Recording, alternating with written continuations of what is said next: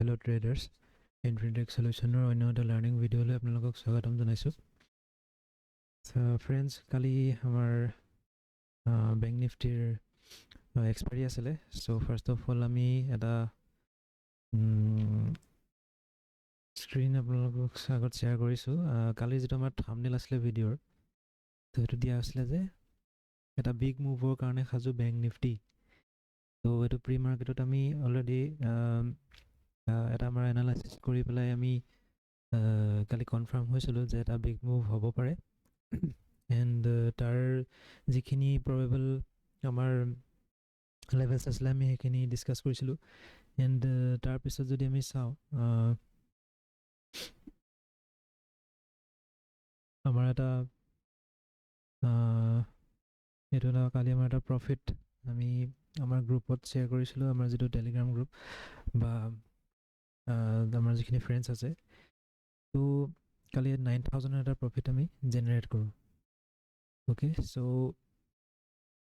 Levels খিনি বহুত important হয় কালি যিখিনি আমাৰ মুভ দেখা গল প্ৰথমতে আমি চাও নিফটি তো নিফটিত কালি ইম্পৰ্টেন্ট আছিল আমাৰ 21862 এই লেভেলটো আৰু ওপৰত তিনটা লেভেল আইডেন্টিফাই কৰিছিল 21910 21941 and 21979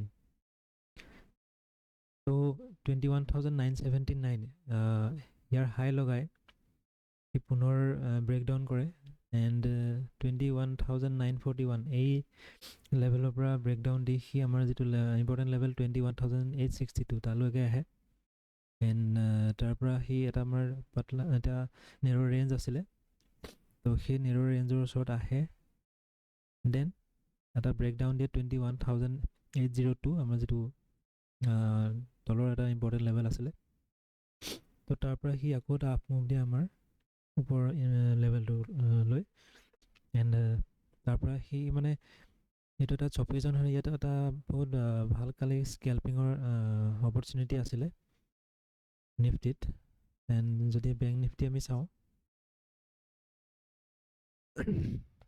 ব্যাংক নিফটিত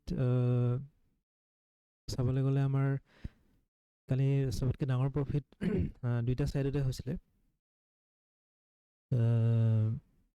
প্ৰথমতে আমাৰ যেটো ইম্পৰ্টেন্ট লেভেল আছিল 46415 দেন তাৰ ওপৰত আমাৰ যেটো লেভেল আছিল 46579 আৰু মই কৈছিল যে ব্যাংক নিফটি এটা বক্সত ট্ৰেড কৰি আছে তাৰ যদি যিকোনো সাইডত হি উলাই যায় এটা ফাৰ্স্ট মুভ দিব তো হি কি কৰে ফাৰ্স্ট আমাৰ ওপেন হয় আমাৰ ইম্পৰ্টেন্ট লেভেলৰ ওচৰত 46415 দেন তাৰ ওপৰ লেভেলটোৰ ওচৰলৈ হি যায় আৰু ঠিক তাৰ পৰা হি এটা শাৰ্প ডাউনৱাৰ্ড মুভ দিয়ে যেটো নেকি আমি আইডেন্টিফাই কৰিছিল এটা নেৰো ৰেঞ্জ হেতু আমাৰ এচিভ হয় দেন তাৰ তলত আমাৰ যেটো 45883 হেতু আমাৰ এচিভ হয় এন্ড দেন তাৰ পৰা মই এটা স্ক্ৰিনশ্বট আমাৰ টেলিগ্ৰাম চেনেলত কালি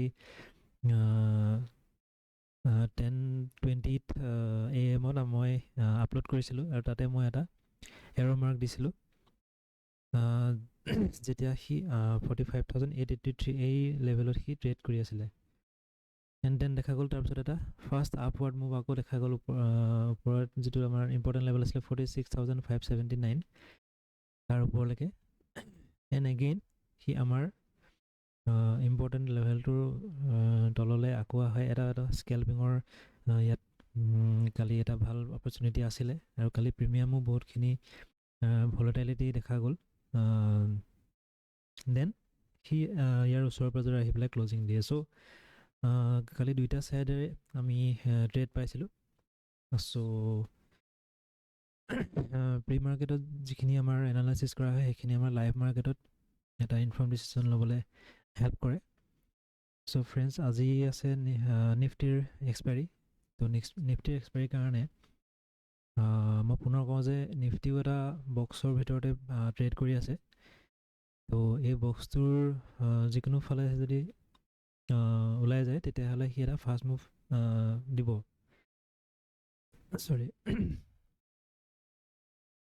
সৰি এটো নিফটিৰ চাৰ্ট তো নিফটি এটা বক্সৰ ভিতৰত ট্ৰেড কৰি আছে তো ইয়াৰো যদি যিকোনো সাইডত যদি ব্ৰেক হয় তেতিয়া হলে আমি ফাৰ্স্ট মুভ দেখিবলৈ পাম তো ইয়াৰ কাৰণে আজি কাৰণে ইম্পৰ্টেন্ট লেভেলটো আছে 21826 আৰু যদি গ্ল'বেল চিনাৰিও সেইটো যি পজিটিভ দেখা গৈছে, ক্ৰুড অইল আমাৰ নিগেটিভত দেখা গৈছে। এণ্ড গিফ্ট নিফটি যদি চাওঁ আমাৰ 153 প্লাছ দেখাই আছে, কিন্তু সেইটো কালিতকৈ যদি চাবলৈ হয় আমাৰ আজি 200 পইণ্টছৰ এটা গেপ আপ হোৱাৰ চান্স আছে, আৰু তাতকৈ কমো হ'ব পাৰে, সেইটো চাবলগীয়া হ'ব। তো সেইটো প্ৰি মাৰ্কেটত ডিচাইড হ'ব। এণ্ড ওপৰত আমি যদি চাওঁ এটা নেৰ' ৰেঞ্জ থাকিব, যিটো নেকি 21,930 ওচৰে পাজৰে থাকিব। তো ইয়াত ৱাটচফুল হৈ থাকিব, হয়তো ইয়াতো আমাৰ আজি নিফটি অপেন হ'ব পাৰে। তো এইটো এটা ইম্পৰ্টেণ্ট লেভেল হ'ব। দেন এবাৰ আহি কিন্তু বক্সৰ ওচৰলৈ ৰিটেষ্ট কৰিবৰ কাৰণে আহিব পাৰে, বা আমাৰ যিটো লেভেল আছে 826 21,826 তালৈকে আহি ৰিটেষ্ট কৰিবৰ কাৰণে আহিব পাৰে। এণ্ড দেন এগেইন যদি 930 যিটো এই যিটো ৰেঞ্জ, এইটো যদি আপচাইড সি ব্ৰেক কৰে, দেন আমি দেখিবলৈ পাম 21,971। এণ্ড দেন তাৰ ওপৰত আৰু এটা ৰেঞ্জ আছে, যিটো নেকি আমাৰ চাইক'লজিকেল লেভেল 22,000ৰ ওচৰে পাজৰে আছে। আৰু সেই ৰেঞ্জত আমি চাব লাগিব যে সি তাৰ ওপৰত যদি 22,039 এই যদি লেভেলটো যদি সি আপচাইড ব্ৰেক কৰে, 15 মিনিটছৰ কেণ্ডেল যদি ক্ল'জ কৰে, দেন তাৰ ওপৰত আমি 22,066 এণ্ড তাৰ ওপৰত তাত ষ্ট্ৰং ৰেজিষ্টেঞ্চ জ'ন আছে, যিটো নেকি 22,120 পৰা 22,150লৈকে। তো এইটো এটা ষ্ট্ৰং ৰেজিষ্টেঞ্চ আছে, যিটো ব্ৰেক হ'লে আমি আৰু এটা ৰেঞ্জ ওপৰত পাম, সেইটো হ'ব 22,230 পৰা 22,250লৈকে। চ' এইটো এটা ষ্ট্ৰং ৰেজিষ্টেঞ্চ জ'ন। সেইটো হৈ গ'ল আমাৰ আপচাইড মুভৰ কাৰণে। দেন ডাউন চাইড মুভৰ কাৰণে এগেইন আমাৰ এই বক্সটো য'ত আছে, যিটো ৰেঞ্জত আছে, সেইটো ইম্পৰ্টেণ্ট হ'ব, আৰু আমাৰ লেভেলটো ইম্পৰ্টেণ্ট হ'ব। তো সেইটো যদি সি ডাউন চাইড ব্ৰেক কৰি 21,799 এই লেভেলটো যদি সি 15 মিনিটছৰ কেণ্ডেল যদি ক্ল'জ কৰে, তাৰ তলত আমি 21,710 ইয়ালৈকে আমি মুভ দেখা পাম। আৰু তাৰ ওপৰতো এটা সৰু এটা ৰেঞ্জ আছে, যিটো নেকি 21,750ৰ ওচৰত আছে। দেন আৰু তাৰো যদি তলত সি ব্ৰেকডাউন দিয়ে, তেনে আমাৰ 21,500ৰ এই ৰেঞ্জৰ ওচৰত সি আহিব পাৰে। তো এইটো হৈ গ'ল নিফটি। এতিয়া আহোঁ বেংক নিফটিলৈ। তো বেংক নিফটি আকৌ সেই বক্সৰ ভিতৰতে সোমাই পৰিছেহি, তাত ক্লজিং দিছে। তো এতিয়া চাবলগীয়া হ'ব আজি ইয়াত গেপ আপ কিমান পইণ্টছৰ গেপ আপ হয়। দেন এগেইন আমাৰ যিটো ইম্পৰ্টেণ্ট লেভেল হ'ব 46,351 আজিৰ কাৰণে। আপচাইড মুভৰ কাৰণে 46,739 এই লেভেলটো ইম্পৰ্টেণ্ট হ'ব। এই লেভেলৰ ওপৰত আছে আমাৰ 46,886। দেন 47,000ৰ যিটো চাইক'লজিকেল লেভেল, তাৰ ওপৰত 46,750 পৰা 47,050 পৰা 47,150 এইটো এটা ৰেঞ্জ আছে, যিটো ব্ৰেক কৰিলে আমি আৰু মুভ দেখিবলৈ পাম আপচাইডত 47,233লৈকে। এনে এটা ষ্ট্ৰং যি ৰেজিষ্টেঞ্চ জ'ন আছে, সেইটো হৈছে 47,400ৰ ওচৰত। অ'কে, যিটো ব্ৰেক কৰিলে আমি ফায়াৰ মুভ দেখিবলৈ পাব পাৰোঁ, যি আমাৰ 47,755। দেন আমাৰ 48,000 আমাৰ যিটো চাইক'লজিকেল লেভেল, তালৈকে আমি মাৰ্কেট অহা দেখা পাব পাৰোঁ। ডাউন চাইড চিনাৰিঅ'ৰ কাৰণে আমাৰ 46,351ৰ যিটো লেভেল, সেইটো ইম্পৰ্টেণ্ট হ'ব। এণ্ড এই বক্স পেটাৰ্ণৰ যিটো লোৱাৰ চাইড, যিটো বটম চাইড, সেইটো ইম্পৰ্টেণ্ট হ'ব। সেইটো ব্ৰেক কৰি পেলাই যদি 46,211ৰ যদি তলত কেণ্ডেল ক্ল'জ কৰে 15 মিনিটছৰ, দেন আমাৰ কেইডালমান ট্ৰেণ্ড লাইনে কাম কৰি আছে।